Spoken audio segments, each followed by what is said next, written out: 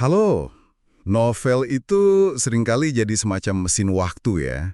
Kayak bawa kita ngelihat kehidupan masyarakat di zaman yang beda gitu. Iya, benar banget. Nah, kali ini kita punya perbandingan yang seru nih dari analisis yang Anda kasih. Antara Pride and Prejudice karya Jane Austen, itu kan tahun 1813 ya. 1813. Sama If You Could See the Sun karya Anne Liang, yang ini baru 2022. Jauh banget jaraknya, hampir 2 abad. Betul sekali. Kita akan coba kupas lebih dalam ya. Gimana isu-isu kayak kelas sosial, terus kekayaan, ekspektasi, bahkan peluang hidup, itu digambarin. Kadang-kadang kontras banget, tapi ada juga loh kemiripan yang wow, bikin kaget gitu. Oh ya? Iya. Sumber kita ini karya tulis analisis dari Hania Arshisha Martiono. Jadi membandingkan Inggris abad ke-19 sama sekolah elit internasional di Beijing abad ke-21. Oke. Mari deh kita bedah bareng dinamika sosial di dua novel ini. Siap. Oke, kita mulai dari yang klasik dulu ya, Pride and Prejudice. Saya tuh kalau ngebayangin Inggris era itu, aduh, kaku banget ya hierarki sosialnya. Iya, kaku banget. Fokusnya itu loh, kuat banget ke pernikahan. Buat perempuan, nikah itu kayak satu-satunya cara buat ngamanin masa depan finansial sama status sosial. Penting banget itu. Kita lihat aja gimana Bu Bennet tuh ngotot banget nyariin jodoh kaya buat anak-anaknya. Kayak agak desperate gitu ya kesannya. Iya, kerasa ya tekanannya. Apalagi kan Apalagi? keluarga Bennett itu agak kejepit sama aturan waris properti yang cuma nguntungin laki-laki. Jadi ya posisi mereka agak rawan gitu. Oh iya, bener juga, lupa bagian itu. Makanya itu, kepemilikan tanah, gelar bangsawan, itu segalanya deh pokoknya waktu itu. Itu yang nentuin kuasa dan pengaruh. Contohnya jelas ya, kayak Lady Catherine de Bourgh atau Mr. Darcy itu sendiri. Iya. Makanya tata krama, etiket, terus jaga reputasi itu penting banget, vital. Buat perempuan, ruang geraknya ya terbatas banget. Pendidikan formalnya minim, fokusnya lebih ke accomplishments, Keahlian gitu ya. Nah, itu dia, keahlian-keahlian yang dianggap perlu buat memikat calon suami. Bukan buat pengembangan diri atau intelektual. Beda banget sama cowok kelas atas. Jauh ya. Kutipan pembuka novelnya aja yang "It is a truth universally acknowledged", itu loh, soal pria lajang kaya pasti butuh istri. Itu wah, nangkep banget pola pikir zaman itu. Bener-bener ikonik sih kalimat itu. Oke, sekarang kita lompat nih, jauh banget ke Beijing abad ke-21 di If You Could See the Sun. Yup, lompat. Tokoh utamanya Alice Sun. Dia ini siswa beasiswa di sekolah yang isinya anak-anak super kaya, anak konglomerat Tiongkok gitu. Sekolah elit banget ya berarti?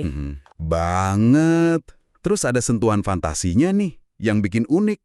Si Alice ini tiba-tiba bisa jadi tak kasat mata. Wah, gimana tuh? Nah, kemampuan ini yang akhirnya dia pakai. Dia manfaatin buat cari duit tambahan. Sampai bikin aplikasi namanya Beijing Ghost. Oh, aplikasi. Canggih juga.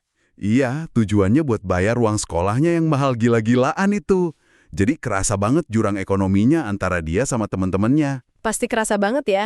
Terus ada juga bumbu romansa Academic Rivals to Lovers sama Henry Lee. Siapa lagi kalau bukan pewaris kaya raya kan? Klise tapi seru ya biasanya. Hahaha, iya. Kutipan yang Anda kasih soal biaya sekolahnya yang 330.000 RMB setahun. Apa yang diajarin, cara merayu bangsawan. Itu, lucu tapi getir ya. Nunjukin banget kesenjangannya. Nah, iya kan? Yang menarik di sini, gimana hierarki sosial di era modern ini, kayak yang digambarin di novel ini ya, itu tetap aja kuat banget dipengaruhi sama kekayaan. Masih ya ternyata. Masih. Walaupun bentuknya mungkin lebih ke kekayaan korporat sekarang, sama koneksi, kayak keluarganya si Henry Lee itu. Oh, jadi bukan tanah atau gelar lagi ya fokusnya? Udah geser ke situ. Pendidikan sih emang dianggap kayak jalur mobilitas ya buat naik kelas sosial. Tapi akses ke sekolah elit kayak Arrington ini itu jadi kunci. Dan seringnya akses itu sendiri ya kehalang sama biaya yang mahal atau ya itu tadi koneksi. Jadi kayak lingkaran setan gitu ya? Mau pendidikan bagus biar sukses, tapi buat masuknya aja butuh privilege. Bisa dibilang gitu.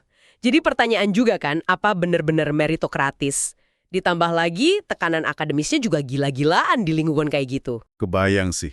Terus soal reputasi tadi, di era digital ini jadi medan perang baru ya kayaknya? Nah, persis. Kalau dulu reputasi dijaga di pesta dansa, di depan umum gitu, sekarang mungkin geser ke citra online, sama prestasi akademik yang dipamerin. Betul. Si Ellie sendiri kan akhirnya dihadapkan sama dilema moral ya pas kerjaan hantunya itu mulai bahaya, mulai nyerempet ke tindakan ilegal. Iya, itu pasti berat banget posisinya. Di era yang serba terhubung ini, citra diri jadi penting banget. Dilema moral si Alice tuh nunjukin tekanan gede yang muncul waktu ambisi ketemu sama keterbatasan ekonomi di lingkungan yang super kompetitif dan penuh privilege itu. Kalau kita coba bandingin nih keduanya, jadi kelihatan banget ya, walaupun konteksnya beda jauh banget, Inggris abad 19 sama Beijing abad 21. Jauh banget. Tapi cengkraman satu sosial sama kekayaan itu kayaknya tetap aja kuat ya. Masih kerasa banget pengaruhnya. Jaga reputasi juga sama pentingnya, cuma mungkin caranya aja yang beda, mediumnya beda. Betul, tapi ada pergeseran yang signifikan juga sih. Peran pernikahan misalnya. Di PNP kan sentral banget ya. Iya, tujuan utama banget kayaknya. Nah, kalau di YECS jelas udah bukan fokus utama lagi. Udah beda prioritasnya. Terus peluang buat perempuan. Nah, itu juga. Terutama soal pendidikan udah jauh lebih kebuka pintunya sekarang. Walaupun ya pasti masih ada tantangan sama kesenjangan lain ya, jangan salah. Iya sih, pasti ada aja. Jalur mobilitas sosial juga geser. Kalau di PNP, strateginya lewat pernikahan yang nguntungin. Cari suami kaya gitu ya. Kalau di YECS, idealnya lewat pendidikan elit terus lanjut karir bagus. Tapi ya itu tadi, kayak yang kita bahas, jalur ini pun nggak gampang diakses semua orang. Tetap aja ada hambatannya ya. Betul, jadi intinya selama 200 tahun ini kelas sosial itu tetap jadi faktor kuat yang ngebentuk persepsi orang dan kesempatan hidup.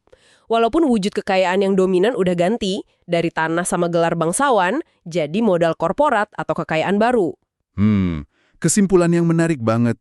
Jadi meskipun detail cerita, latar tempat, waktu, bahkan ada unsur fantasi segala di salah satunya, Beda banget lah pokoknya. ternyata pengaruh mendasar dari status sosial ekonomi ke jalan hidup orang, ke interaksi sosialnya itu kok ya awet banget ya, persisten gitu, melintasi 2 abad. Nah, ini jadi bikin saya mikir nih, dan mungkin bisa jadi bahan renungan juga buat Anda yang dengerin. Oke, apa tuh? Kan kita lihat nih betapa kuatnya pengaruh kelas sosial sama kekayaan ini bertahan selama 200 tahun. Kira-kira nih ya, mekanisme sosial apa lagi ya di luar yang udah digambarin di kedua novel ini yang menurut Anda terus bekerja melanggengkan hierarki yang mirip-mirip gini di dunia nyata kita sekarang? Wah, pertanyaan yang dalam tuh, bikin mikir beneran. Oke deh, terima kasih banyak ya udah berbagi analisis perbandingan yang kaya banget ini buat kita diskusikan bareng. Sama-sama, seneng bisa diskusi. Ini bener-bener ngebuka mata sih, gimana masyarakat tuh bergerak maju, tapi beberapa hal yang fundamental, mungkin ya gitu-gitu aja ya, tetap sama kuatnya.